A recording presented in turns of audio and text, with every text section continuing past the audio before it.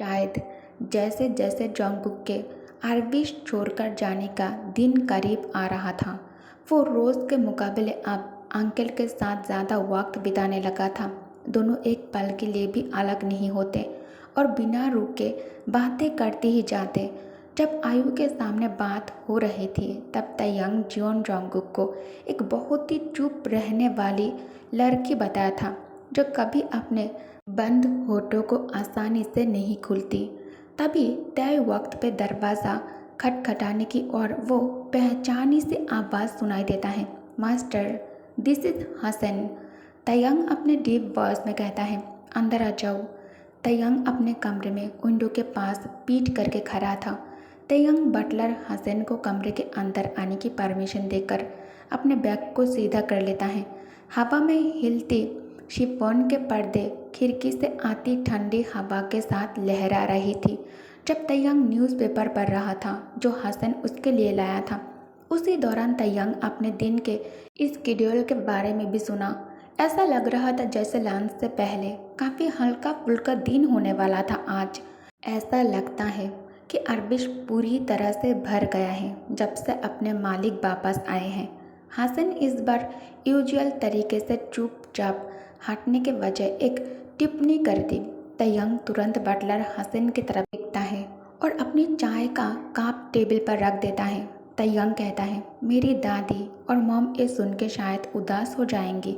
Buttler कहता है, जी ओ नहीं मास्टर, मेरा वो मतलब नहीं था। तयंग के होठों पर एक हल्की सी मुस्कान आ जाता है। तयंग कहता है, हाँ मुझे पता है तुम्हारा मतलब क्या था। वो मुस्कान कुछ ही देर में खो गई, लेकिन तयंग की आंखें हसन पर ही टिकी रही, एक शांत गहरी नज़र से। वो शांत था जैसे एक बेहवा रात। तयंग की आंखों में जब नाराज़गी की झलक दिखाई दी तो हसन तुरंत कमरे से निकल गया, अपनी जान बचाकर। उसके बाद दरवाज़ा बंद हो जाने के बाद भी तयंग खिड़की के पास झुककर न्यूज़पेपर पढ़ने लगता है। उसके बालों के बीच में से झांकती नीली आंखें धूप पड़ने पर और भी चमक उठी। जब उसने काउंट केलिन के बिजनेस के बारे में आर्टिकल पूरी तरह पढ़ लिया जिसके साथ तयंग का लॉन्च था, तयंग न्यूज़पेपर एक तरफ रख दिया। धीरे से उसने अपना सर मोड़ा और देखा। जॉन्गकुक माइनर के पास फूलों के बगीचे में जा रहा था। मिस्टर वंग कुछ चिल्लाता हुआ दिखाई दे रहा था और जॉन्गकुक बड़े एक्साइटेड से उसका जवाब दे रहा था। फिर वो जोर से हंसने लगता है। टोपी की छाया जॉन्गकुक का चेहरा ढक रहा था, लेकिन तयंग फिर भी पहचान गया कि जॉन्गकुक हंसती हुई खिलखिलाहट भरी आवाज़ में बात कर रहा है। तयंग के आईब्राउज झुक गए, चेहरा संकुचित हो गया। तयंग अपने बालों में हाथ फिराकर उन्हें पीछे की तरफ कर दिया। तयंग मन ही मन कहता है, शायद मुझे वापस नहीं आना चाहिए था।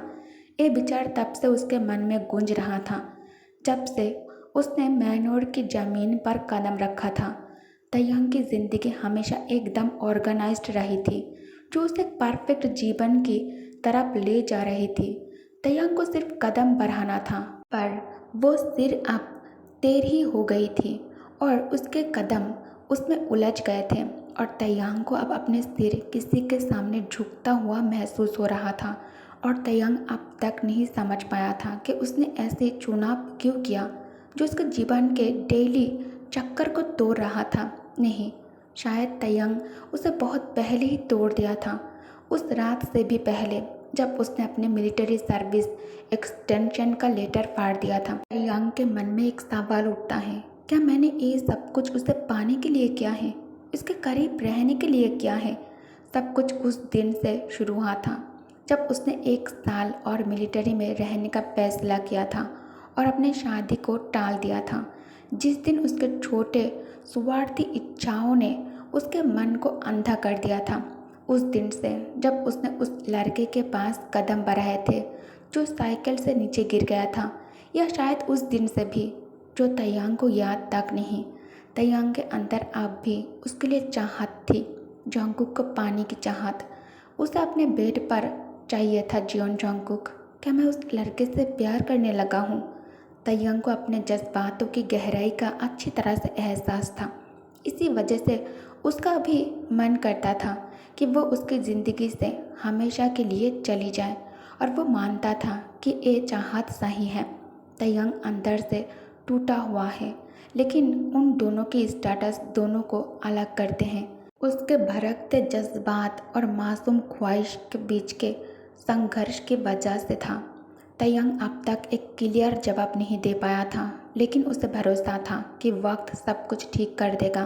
तयंग खिड़की जोर से बंद कर दिया और अपने कपड़े बदलकर एक नया आउटफिट पहना।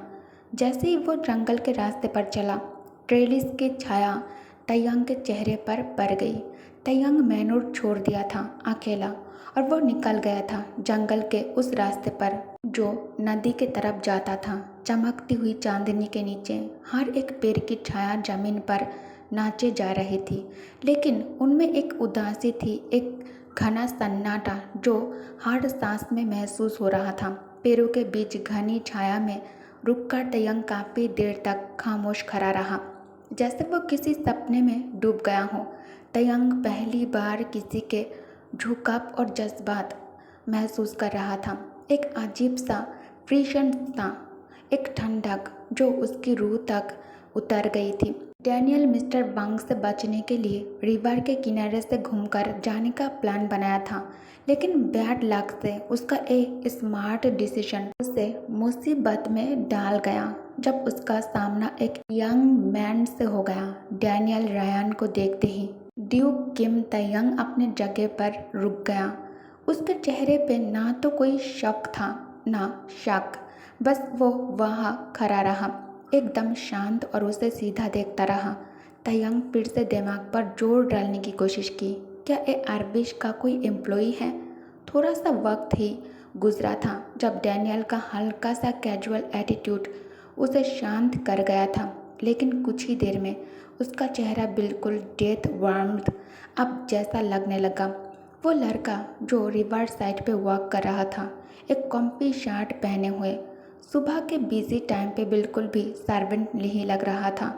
उस पर से उसका रॉयल सा चेहरा हर एंगल से वही जाना पहचाना चेहरा लग रहा था, वही चेहरा जो न्यूज़पेपर में बार बार आता था और जिसे डैनियल ने हमेशा सिर्फ दूर से ही देखा था। उस हेवन जैसा जगह आरबिश का यंग ओनर ड्यूक किम तयंग पिछले कुछ दिनों से जियोन जोंगकुक का नाम फिर से आरबिश के वर्कर्स के बीच काफ़ी तेज घूम रहा था। पर इस बार स्टोरी बिल्कुल अलग थी। इस बार लोग कह रहे थे गार्डनर के घर चोरी हो गया है। एक खबर आरबिश मैनर में आग की तरफ फैल गई थी। लोगों को डाउट था कौन इतना हिम्मत वाला हो सकता है कि ड्यूक किम तयंग के स्टेट में चोरी करे। पर जब उन्होंने हाफ डेज्ड मिस्टर वांग को कल्प्रिट ढूंढते हुए देखा, तब जाके सबको यकीन हुआ कि चोरी सच में हुई है। तयंग ने मैनोर तब छोड़ा जब मैनोर में सबसे ज़्यादा हंगामा था। तयंग के स्केड्यूल टाइम आ गया था। लंच के लिए लेट होने से बचने के लिए उसे अभी निकलना ही था। तयंग गॉसिप में इंटरेस्ट नहीं लेता था, पर जब तयंग आरबिश के ड्राइववे से गुजरा तो प्लैटिनस ट्री से घेरा हुआ था, तो कुछ डिफरेंट फील हुआ। सड़क के दूसरे साइड से कुछ पुलिस ऑफिसर्स हॉर्स बैक पे आ रहे थे, सीधा उस साइड से जा रहे थे जहाँ आरबिश फॉरेस्ट था। तयंग को कुछ सोचने की ज़रूरत नहीं थी, क्लियर था कि वो लोग कहाँ जा रहे हैं। उन्होंने कहा चोरी गार्डनर के घर में हुई है। तयंग कुछ पूछता उससे पहले ही उसका शार्प विटेड सहयोगी आंसर दे चुका था। मिस्टर वांग के घर में। हाँ, वो काफ़ी मुसीबत में था क्योंकि उसने जो पैसा अपनी बेटी की कॉलेज ट्यूशन फीस के लिए संभाल के रखे थे वो सब कुछ चोरी हो गए हैं। ड्यूक तयंग कहता है। चोर? ट्यूशन्स? Xeon Jungkook? तयंग अपना सिर थोड़ा टिल्ट किया और इन 3 वर्ड को खुशी से मन में बार बार दोहराया। जैसे ही उसकी गाड़ी प्लैटिनस के पैरों की छाँव से बाहर निकली, तयंग को सुबह स्केल्टर रिवर के पास हुआ वो अजीब एनकाउंटर याद आ गया, एक अजीब आदमी के साथ। उस आदमी अपना नाम डैनियल रायनर बताया, मिसेस पार्क का कज़िन। वो एरिया में अपने रिश्तेदारों से मिलने आया था और आरबिश स्टेट पे सिर्फ जियोन जोंगकुक को कॉन्ग्रेचुलेट करने के लिए रुक गया। अगले कुछ मिनट्स में उसने काफ़ी बकवास की, किसी इन्वेस्टमेंट फार्म का मालिक होने का दावा किया, कुछ माइनिंग राइट्स के बारे में, स्टॉक मार्केट के फंड्स और भी बहुत सारी बिजनेस की बातें तैयांग से किया था।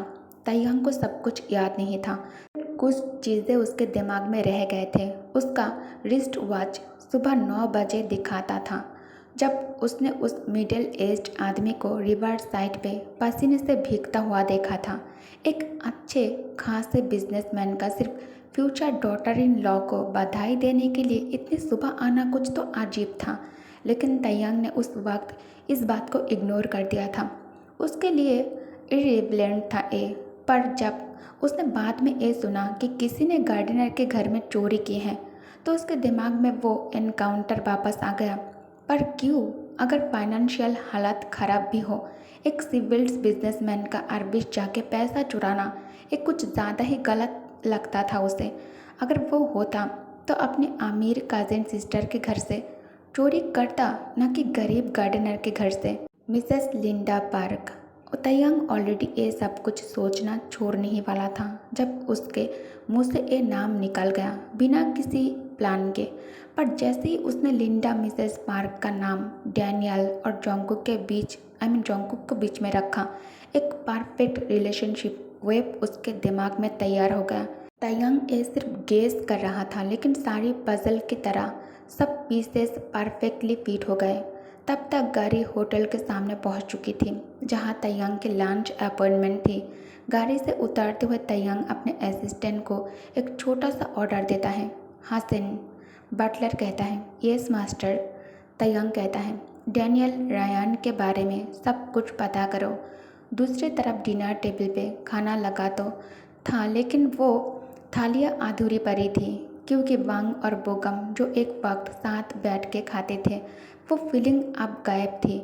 जोंगकुक, जो इसका रीज़न अच्छी तरह से समझता है, चुपचाप टेबल साफ कर रहा था। जोंगकुक अपना आधा प्लेट छोड़कर मिस्टर वांग सीधा पोर्च पे गया और एक सिगरेट जला लिया।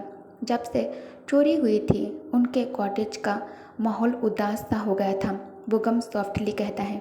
It's all right Jungkook, Bogum softly कहा। जब बोगम जोंगकुक की मदद कर रहा था, जोंगकुक के हाथ रुक गए। जोंगकुक के क्लियर ग्रीन आंखों ने बोगम की आंखों का सामना किया। बोगम कहता है, वो चोर पकड़ा जाएगा, मुझे यकीन है, और अगर नहीं भी पकड़ा गया तो टेंशन मत लेना ट्यूशन का, ओके?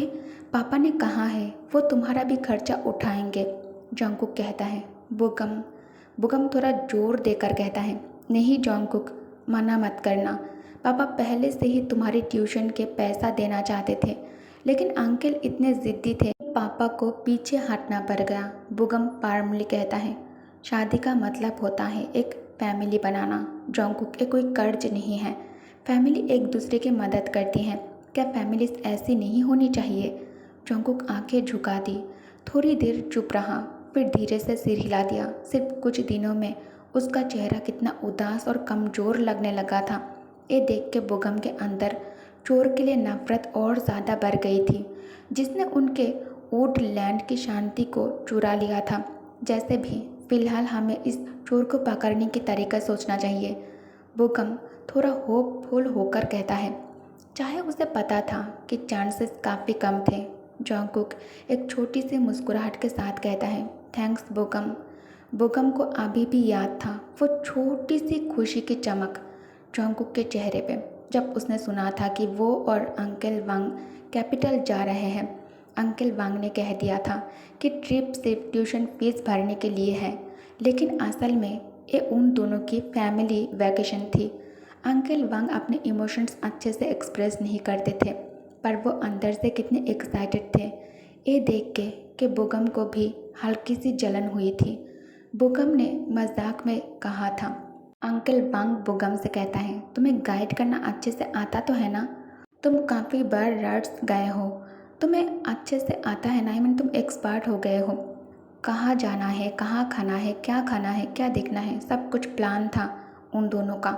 और जोंगकुक जब उस ट्रिप के बारे में एक्साइटमेंट से बात कर रहा था तो बोगम बस देखते ही रह गया था।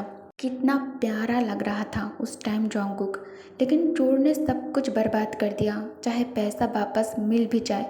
लेकिन बुगम और अंकल वंग उस सफ़र पे वही खुशी लेकर नहीं जा सकते थे अब, और बुगम वो कुछ भी नहीं कर सकता था।